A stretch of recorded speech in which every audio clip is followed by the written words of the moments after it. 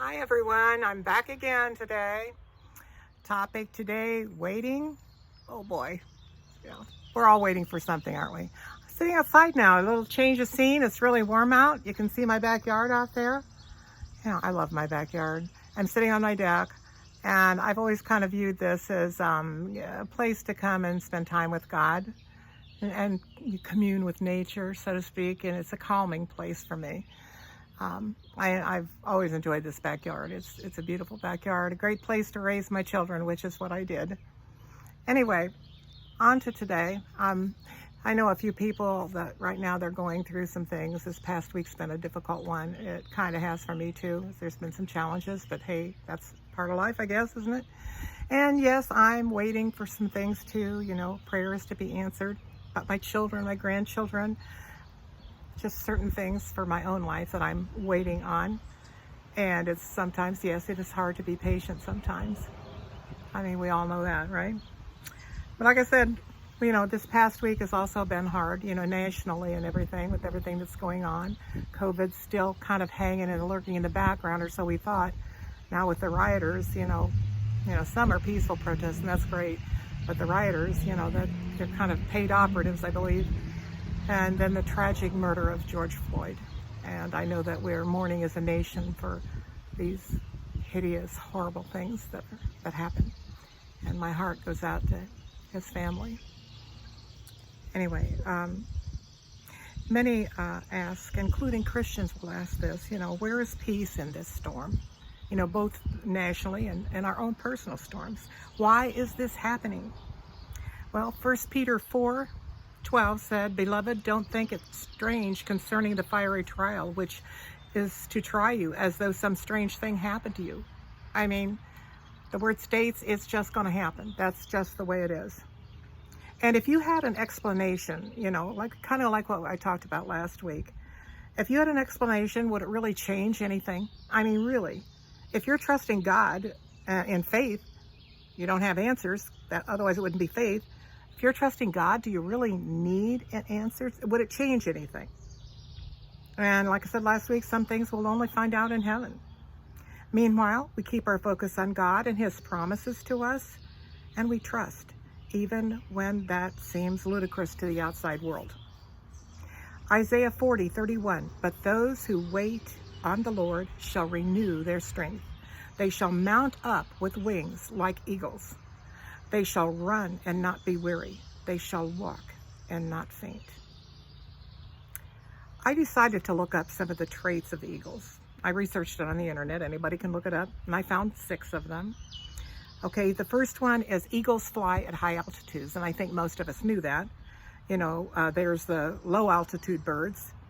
And we don't fly with them as eagles. We fly with wings of eagles. We fly with fellow eagles. Those who, we can reinforce each other that way and help each other to stay with it and be strong. We need to fly with fellow eagles, not low-flying birds. Okay, 2, the second trait of eagles, they have very strong, keen vision. They can focus on an object 3 miles away. And part of the reason they're able to do that, they don't allow any distractions or diversions or obstacles to get in the way. They stay focused on that object tenaciously. Tenacity is very important. 3, they feed only on fresh prey. Vultures, feed on dead. We need to be careful on what we feed on, our eyes, our ears. It needs to be life-giving and God-centered, not something which will eventually drain us of our Christian vitality. On the internet or TV or movies or an overfocus on sports, whatever it happens to be. Number 4, in a storm, the low-flying birds hide in trees and leaves. An eagle uses the storm's wind to rise higher, and we can do that as well. We should focus only on Jesus, not the storm. He will pull us up to a place of calm. Like when Peter, think about when he wanted to come out during the storm, when they were out on the Sea of Galilee and they had the storm, and Jesus came to them walking on the water, and Peter asked to come out to Jesus. He told him to come. But as soon as he took his focus off Jesus, he sunk, and Jesus had to pull him back up. And that's we need to tenaciously focus on Jesus, on God. Another example, it's funny, I watch Karen Wheaton videos. I don't know if any of you watch her, I just love her. She was talking about, in essence, the same thing I plan to talk about today. And last night when she posted, and one of the things she used to illustrate it is, think about Moses being at the Red Sea.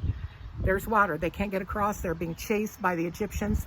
All the people around him are panicked and screaming, what are you going to do? Save us, what's going to happen? What are you going to do? And he stayed in a place of calm and prayed. And he basically told them, watch and see what your God will do. And the water spread. Now, if we were in that situation, we might try to swim for it. Just see what happens. Or the people around us screaming and being scared might get us so distracted and they're right. What am I going to do? What am I going to? Or we might take out our flimsy little sword and try to fight the Egyptian army. Yeah, right. Well, anyway, what would we do? What we do is he does, and calm. Let God calm you, focusing on him. Okay, next trait of eagles. An eagle tests before it trusts. A female eagle will not allow a male eagle to mate with her until she has been around him long enough to know that she trusts his commitment, that he will commit to her, and then she'll mate with him. And we should also be cautious until we know somebody else is trustworthy, or to be not unequally yoked. And that goes for more than just a marriage thing. That's friends. That's whomever is in our circle that we allow in our inner circle. And that usually takes a little bit of time to trust someone and get to know them. Don't ignore the red flags. And by the same token, don't ignore the good things that you are perceiving, especially if you're considering a mate, that kind of thing. But as a friend as well, a circle of friends, all of it. Trait number 6, eagles nurture their young, but they do not enable them. That mama eagle, well, she will start out with knocking the eaglets out of the nest, and they'll immediately hop back in. Well, her next step in teaching them how to fly, she will knock them over the cliff. And they're shrieking and screaming, and the daddy eagle comes down, and he gets underneath them and catches them on his back and takes them back to the nest. And they keep doing that over and over, as long as it takes, till those eaglets learn how to fly. Well, by the same token, those who love us will not let us languish, but push us hard to follow God and the truth. And we will do the same with those we love, our children, whomever, friends.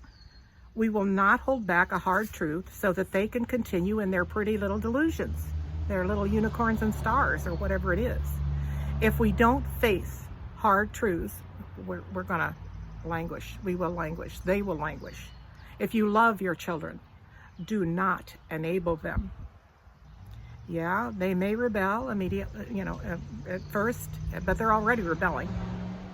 We do not forsake the truth to appease anyone. Present pain or discomfort lasts a short time, but eternity is forever. You sacrifice momentary comfort zone for eternal rewards for you and your child or your friend. That doesn't mean you're so blunt that it's nasty. No, you are tactful, but you don't make allowances for you don't sacrifice the truth.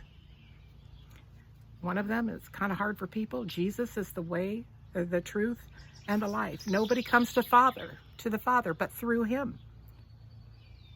That's a hard one for some people. Obedience to God is better than sacrifice. Obedience. If you love God, you will obey him. That's the bottom line. And it's not delayed obedience either. Then you're getting into a little, if he tells you to do something, you do it. In faith, you do it. Oswald Chambers says, be careful where your sympathies lie.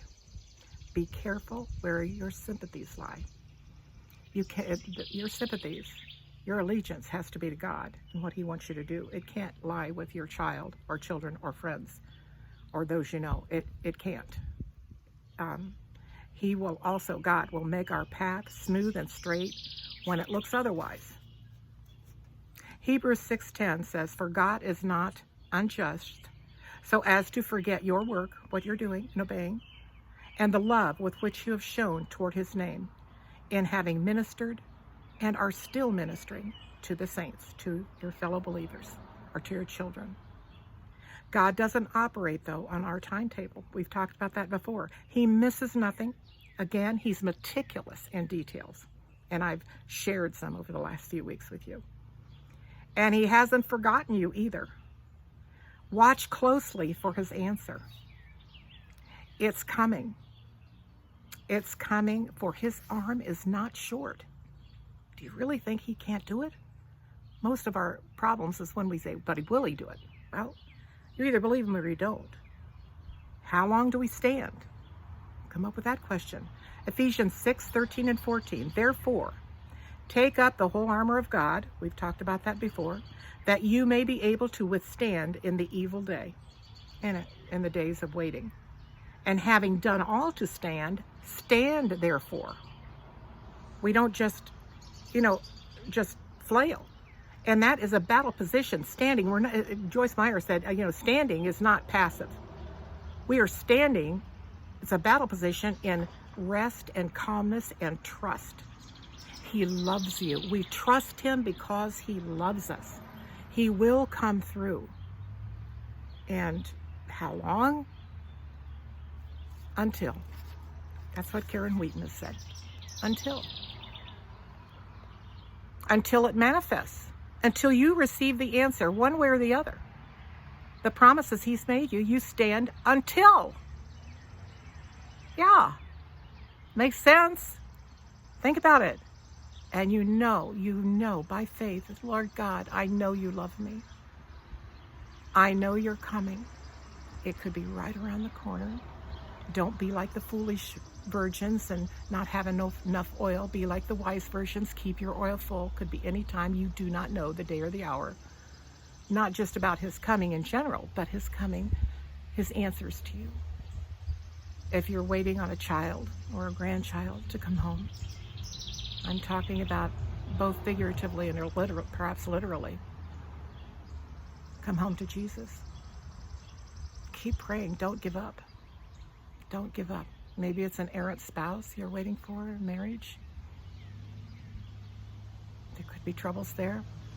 Or it could be something else. Maybe you're waiting for a spouse. We wait until. And that is our battle position in calmness and rest. And we can do that, again, because our focus is tenaciously on Jesus. And we can do this. Like that old song, like Karen shared last night, the one about keep your eyes upon Jesus, look full in his wondrous face. I'm forgetting the words. And the things of the earth will grow strangely dim in the light of his glory and grace. Isn't that beautiful? I mean, it's old, yes, but man, that says it, doesn't it? Anyway, I just thought I would share those words. I believe it's a word in due season for us both here, my friends. I enjoyed being with you today. I enjoyed this beautiful weather out here on my deck. I hope you enjoyed the outside scenery as well. And let's say a little prayer. Father, thank you. Thank you so much for your so many blessings. Thank you for my beautiful yard, my deck. Thank you for your presence most of all, Father. I love you. We love you. Thank you for being with us in our times of trials, in our times of waiting. We will do our best to focus totally, tenaciously, like a bulldog on you. Thank you, Father.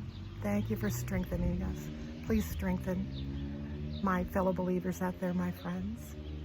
Help them to hold on. Help them to hold on. In Jesus' holy name, amen. I'll see you next time. You have a wonderful, blessed week. Shalom.